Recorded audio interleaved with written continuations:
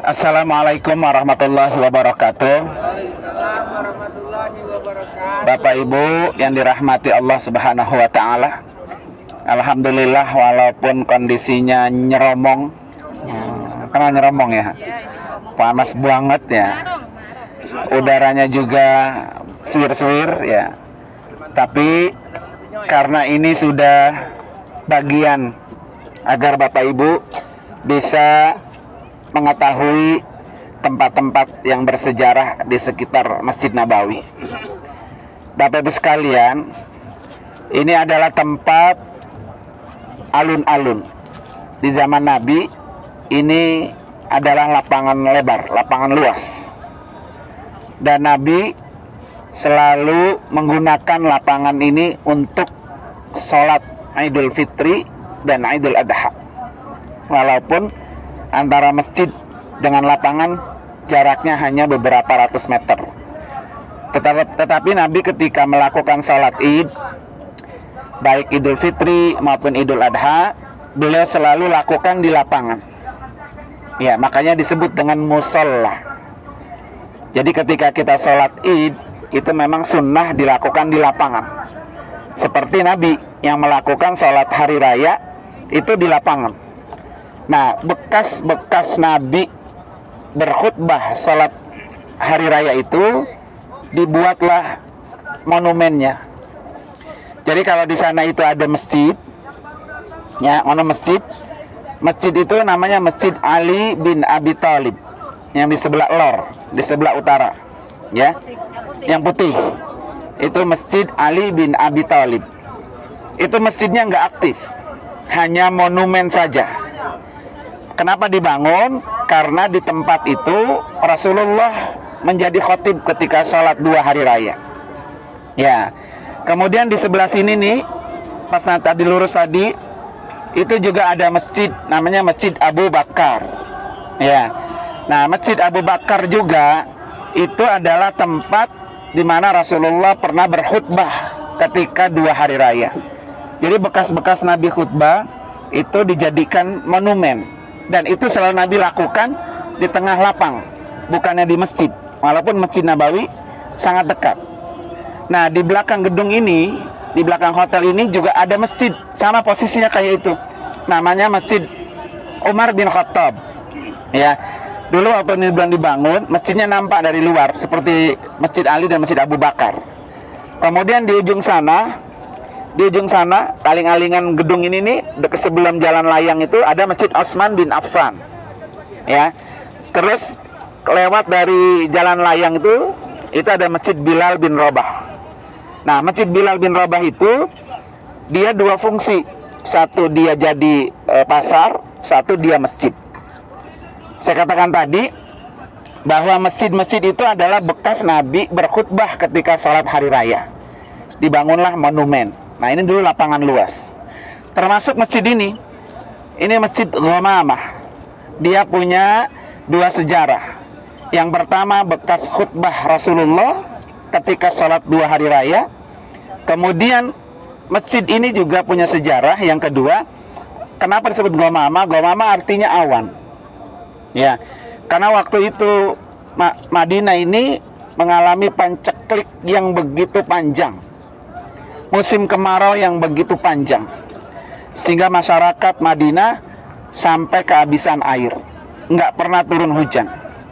Sehingga Rasulullah memanggil para sahabat untuk sholat istisqa, sholat minta hujan di sini, di lapangan ini, ya kan? Nah, ketika sholat istisqa itu dilaksanakan di sini, tidak lama kemudian awan itu menaungi orang-orang yang sholat karena dalam kondisi panas. Seperti hari ini kita kan berteduh dari gedung ini karena posisinya panas.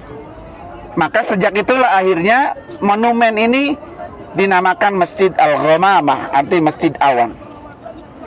Yang kedua, masjid ini juga disebut Ghamamah karena ketika Rasulullah sedang melaksanakan sholat 2 hari raya, biasakan kalau sholat hari raya di tengah lapang, kalau udah kesiangan, itu zamannya rasanya apa?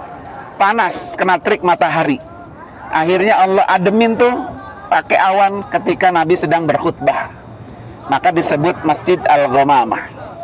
Nah, sehingga akhirnya tempat-tempat ini tidak dihanguskan oleh Saudi Arabia, tetapi dibuat monumen.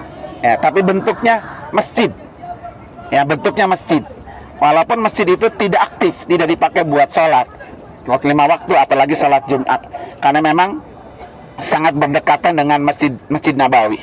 Ya. Nah, oleh karena itu para bapak hadirin sekalian, sekarang ini udah enak tempat ini jadi buat orang untuk nyantai-nyantai, berbagi cerita, ngobrol, atau janjian dengan orang, atau ngopi atau ngeteh di area ini.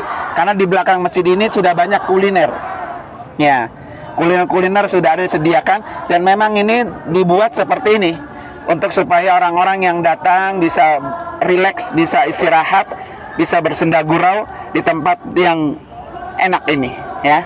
Oleh karena itu mari sama-sama kita angkat kedua tangan kita seperti biasa, kita berdoa di tempat yang penuh dengan keberkahan biar kita juga mendapatkan keberkahan.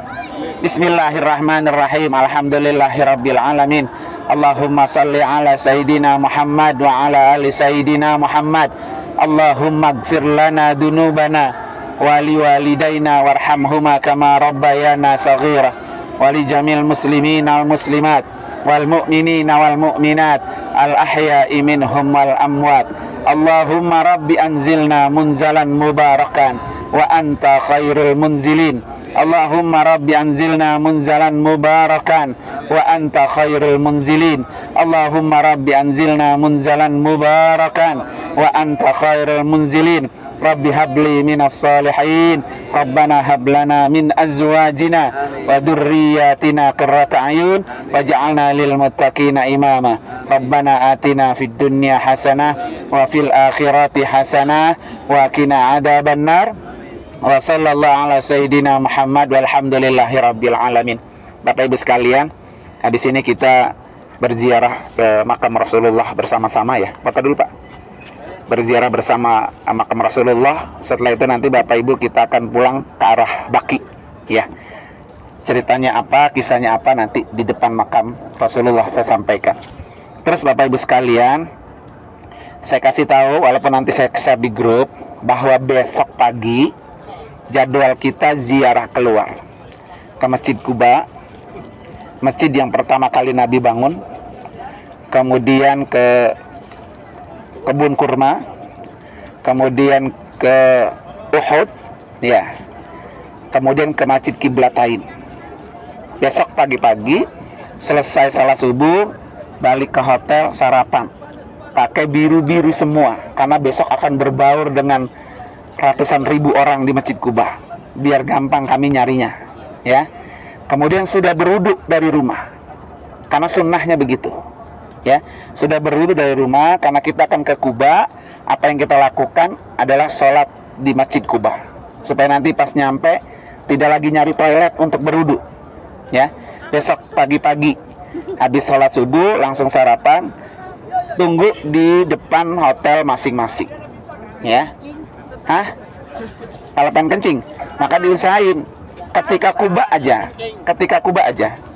Waalaikumsalam. Alhamdulillah. Ya, oke. Khalas. Ya udah gitu ya. Oke. هذا في خارج الحرم Malish. هذا خارج الحرم Hmm. اوكي Ya tutup. لا تصور